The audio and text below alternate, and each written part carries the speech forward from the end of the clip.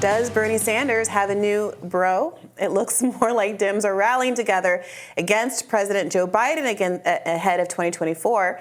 Minnesota Congressman and 2024 Democratic presidential candidate Dean Phillips took to X yesterday writing, "I have an apology to make to Bernie Sanders. I had long dismissed his complaints about the rigged Democratic Party primary system, but you know what? He was right, and I apologize. Bernie, voter suppression, New Hampshire candidate suppression, ballot access, and debate suppression. None. If you're among the majority of Democrats who want to change, please go to dean24.com and help us create change." Dean Phillips also came for Biden following Tuesday's countrywide elections. He wrote, "Want evidence of the disconnect between the D.C. political industrial complex and X and the exhausted majority of Americans? In an exit poll of Ohioans who voted to make abortion and cannabis legal, only 25% said that Joe Biden should run for re-election." Well, this has to be a welcome admission in your view as a former Bernie Sanders staffer to see someone admit that he was right about the suppression?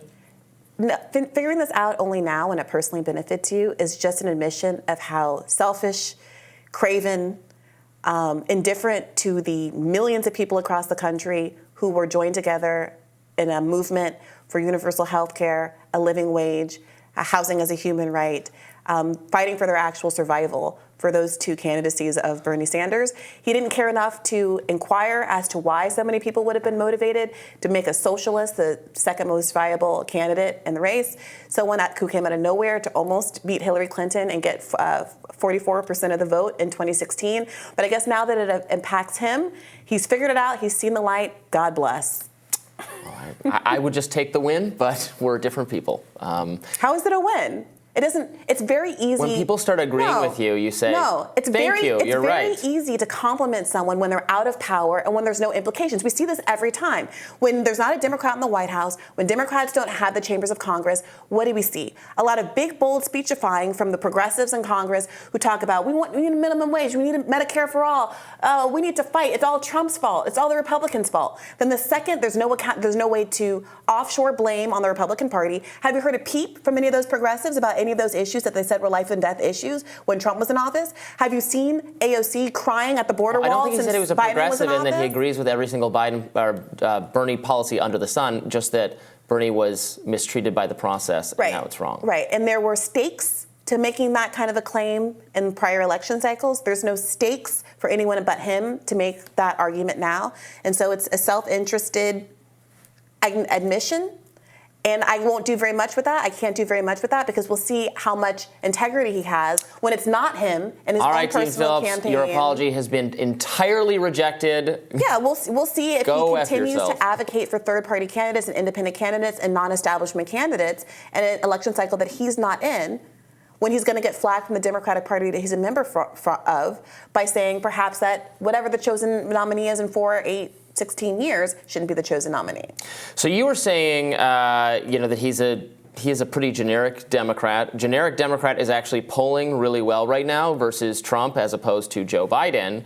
I guess the question becomes then, is there any possibility that he can make his case at a time where there is some real interest in the media and other, political figures are starting to ask questions? Even former Biden people like David Axelrod are starting to speculate about, man, are our chances, are our hopes of reelecting a Democrat totally sunk because they're tethered to Joe Biden? There is somebody else in the race.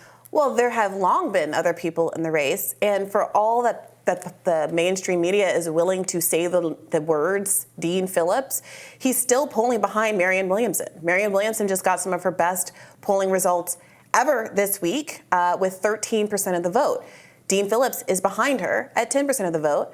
And he's had the benefit of getting a little bit of the rounds on mainstream television, as much as he's complaining about being shut out of the process. I didn't hear him at one point during this Democratic primary advocating for folks like Marianne Williamson or RFK Jr. when he was a Democratic primary candidate, getting shut out of debates, getting shut out of polling, getting shut out of the national conversation, and only getting as much daylight as he got because there were alternative media sources that were willing to platform him. So again, it's hypocrisy. And it's hard for me to give this any credit. Is he going to reach out and say, Marianne Williamson and I should have a debate? We're going to debate each other. We're going to pressure the mainstream news sources to give us a town hall, to give us a platform.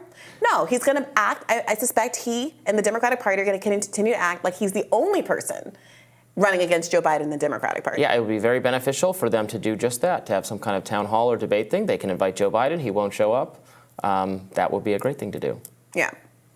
I mean, what do you make of the fact that Marianne Williamson has managed to improve her numbers despite being largely absent from the media sphere, I think not by her own doing? I know that she's spending a lot of time in New Hampshire, which is a state where Joe Biden is not going to be on the ballot. Until Dean Phillips got in the period between RFK Jr. exiting and Dean Phillips coming in, she was the lone challenger for a while. So if there is just I'm a Democrat and I'm voting for a Democrat, but I don't want Joe Biden, I want whoever the alternative is to Joe Biden, that vote was split for a little while and then it was not split anymore. So she might have picked up some RFK people who do want to support a Democrat or just non-Biden voting people.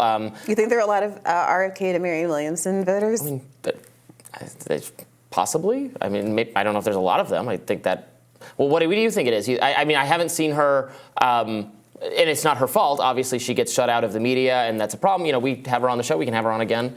Want to give viewers, voters, a chance to hear from her. Absolutely. I like a lot of what she has to say on foreign policy compared to other Democrats and other Republicans, frankly. So I'm always happy to hear from her and have people give her a chance. But I don't know that she's really been. I haven't seen her on TV a lot lately, so I don't know that she's suddenly raking in more support because of some big moment she had or policy she articulated. But you could tell me I'm wrong. I don't think it's because of stumping on TV, but I do think it's because of stumping in real life. Like I said, she's been on the campaign trail quite a bit, spending a lot of time in New Hampshire. And she's also spent a lot of time doing alternative media interviews. Elon Musk never followed through on his commitment to give a platform to all candidates in the race. He flatly reneged on that promise, lied, if you will. And so she hasn't been able to take advantage of the huge platform of Twitter that he granted to RFK Jr. and to Ron DeSantis. However, she has been doing a circuit of lefty programs, and she has been on the ground in these states in really meaningful ways. And on on TikTok, the app that the Republican field apparently wants to ban because they think that the opinions on there are insufferable. Well, they don't like the opinions on there because those are the opinions of young people. I suspect she has won over some RFK people. Well, I just want to wrap this up if I can. This point I'm making about young people. She's doing extremely well with young people, and she is very, very prominent and present on TikTok. The 18 to 25, in the 18 to 25 voting bracket, she's at 35.5% of the vote. So, obviously that's a voting cohort that doesn't. That's what China wants you to think.